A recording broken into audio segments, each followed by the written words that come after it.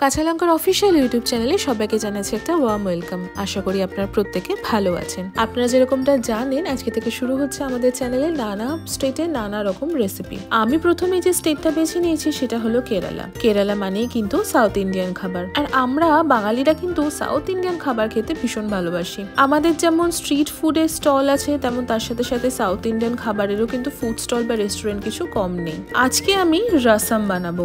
রাসামটা কি? রাসাম হলো একটা spicy tomato base soup. It is a traditional South Indian meal, যেটা সাধারণত ভাতের সাথেও খেয়ে থাকে বা ব্রেকফাস্টেও ইডলি বা ধোসার সাথেও খেয়ে থাকে। খেতে কিন্তু ভীষণ ভালো হয়। রাসাম খেতে যেরকম ভালো, বানানোটা কিন্তু সিম্পল। আমি চেষ্টা করেছি একটা সিম্পল রেসিপি আপনাদের সাথে শেয়ার করতে, যেটা আপনারাও বাড়িতে অনায়াসে ট্রাই করতে পারবেন। তাহলে চলুন আমার সাথে কাঁচা লঙ্কার রান্নাঘরে রাসাম বানানোর জন্য কি কি উপকরণ লাগছে প্রথমে একবার দেখিয়ে নিই। রাসাম বানানোর জন্য আমি প্রথমে 4টে টমেটো নিয়েছি। হাফ কাপ তেঁতুল আমি গরম জলে ভিজিয়ে রেখেছি। 10 থেকে 12 কোয়া রসুন নিয়েছি আর আদা নিয়েছি। যেহেতু সাউথ ইন্ডিয়ান রান্না, তার জন্য কারি পাতা নিয়েছি। 6 থেকে 7টা কাঁচা লঙ্কা নিয়েছি। 4টে শুকনো লঙ্কা নিয়েছি। 2টো পেঁয়াজ আমি লম্বা করে কেটে নিয়েছি।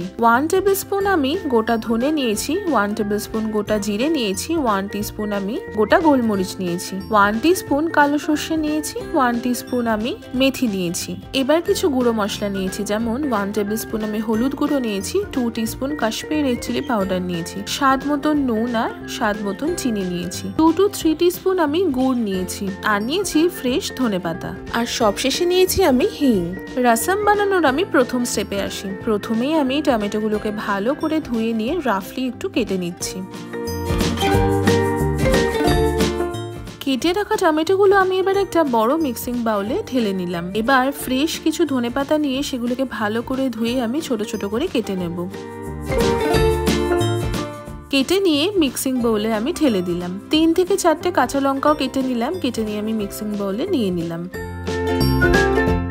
ফ্রেশ কিছুটা কারি পাতা নিয়ে নিলাম। এবার ওই তেঁতুলটা ভালো করে একটুখানি মেখে নিয়ে তেঁতুলের জলটা হাফ পোর্শন ঢেলে দিলাম। টমেটোর সাথে হাত দিয়ে খুব ভালো করে এবার সবকিছু প্রথমে মেখে নেব।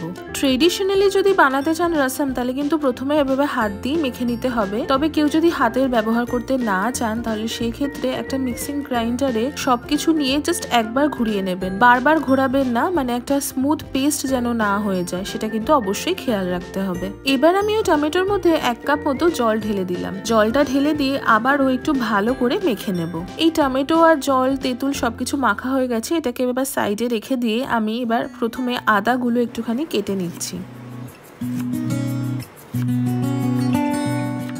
আদাগুলো কেটে নিয়ে একটা হামানদিস্তাতে এটা ঢেলে দিলাম।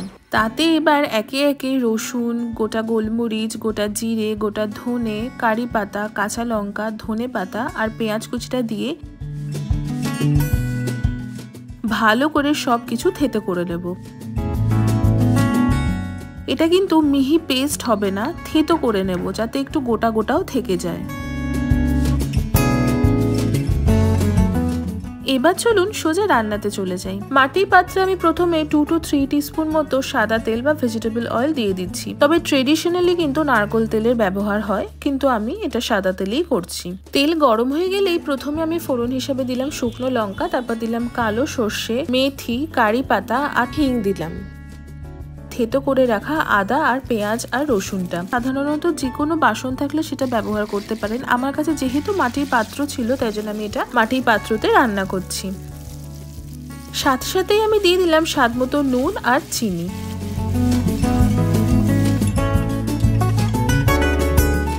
হাই ফ্লেমে আমি এবার 3 থেকে 4 মিনিট সব কিছু ভালো করে রান্না করে নিয়ে প্রথমে গুঁড়ো মশলা হিসাবে হলুদ গুঁড়ো দিয়ে দিলাম। হলুদ গুঁড়োটা দিয়ে বেশ খানিকক্ষণ সতে করে নিয়ে কাশ্মীরি রেড চিলি পাউডারটা দিয়ে দিলাম। এবার মিনিট 2 আমি ভালো করে রান্না করে নিয়ে টমেটো আর তেঁতুলগুলা জলটা যেটা ছিল সেটা সম্পূর্ণ ঢেলে দিলাম। ঢেলে দেওয়ার পর হাই ফ্লেমে আমি মিনিট 5 এটাকে ফুটিয়ে নেব।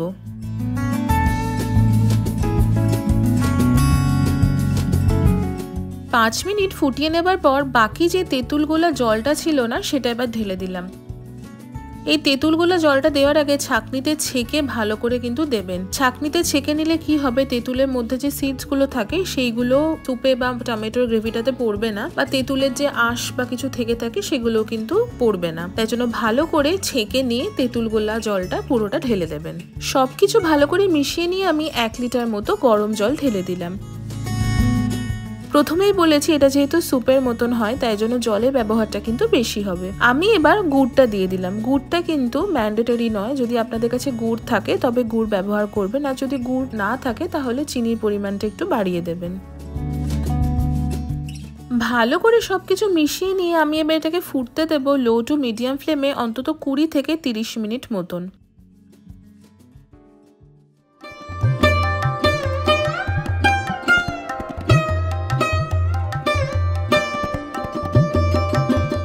মোটামুটি 30 মিনিট পরে দেখুন রসম কিন্তু মোটামুটি তৈরি হয়ে গেছে আমাদের।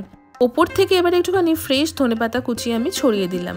গ্যাসের ফ্লেমটা অফ করে দিয়ে গরম গরম সার্ভ করব আমি রসমটা দেখতে কেমন হচ্ছে সেটা কিন্তু কমেন্ট সেকশনে অবশ্যই জানাবেন। আমি যেহেতু মাটির পাত্রে রান্না করেছি তাই জন্য কালারটা একটু অন্যরকম এসেছে। আপনারা যদি যে কোনো স্টিলের বা ননস্টিকের প্যানে রান্না করেন তাহলে কিন্তু কালারটা আর একটু অন্যরকম আসবে। রসম কিন্তু গরম গরমও সার্ভ করতে পারেন বা একটুখানি ঠান্ডা করেও কিন্তু সার্ভ করতে পারেন।